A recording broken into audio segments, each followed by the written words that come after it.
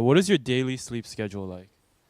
Well, I normally sleep up pretty early, around 8, and then I wake up pretty early at 4. I go to sleep at like 11:30 or 12. Depends how much homework I have, but usually I'll go to bed around 12.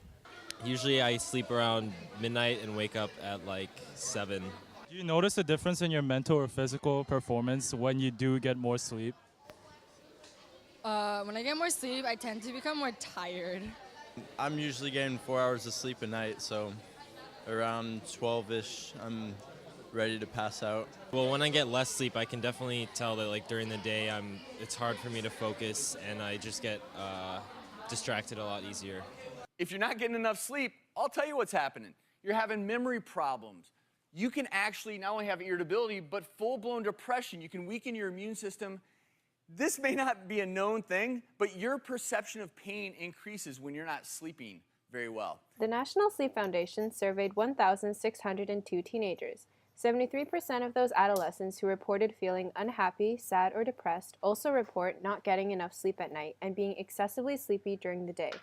Dr. Michael Chi, a professor and researcher at Duke NUS, has been studying sleep deprivation for the past 10 years. So you mentioned a natural shift in the sleep cycle of teenagers that are making us naturally inclined to fall asleep later at around 12. So because our school starts at 8 a.m., does that mean that we're naturally inclined to only get around 6 hours of sleep a night?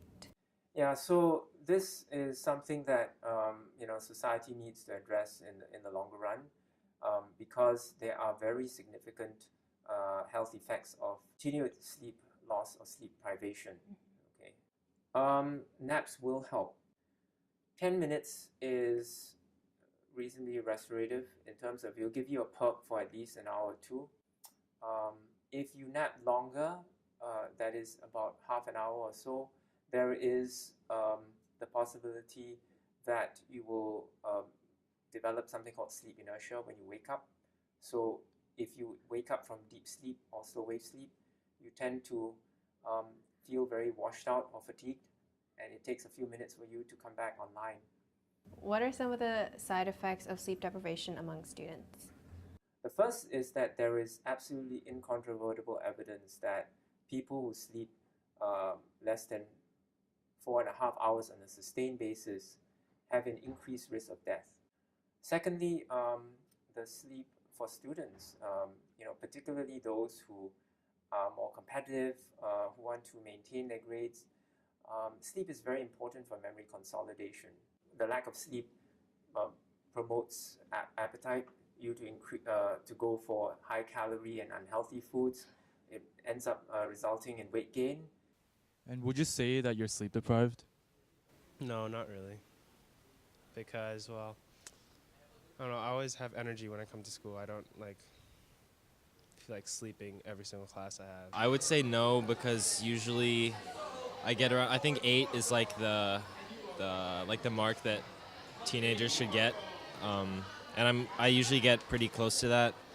But I know a lot of my friends really get like only a couple hours of sleep a night. Yes. I think that the amount of homework that we get from APs and just regular classes like semester course histories and things like that just pack on way too much homework for SAS students to take.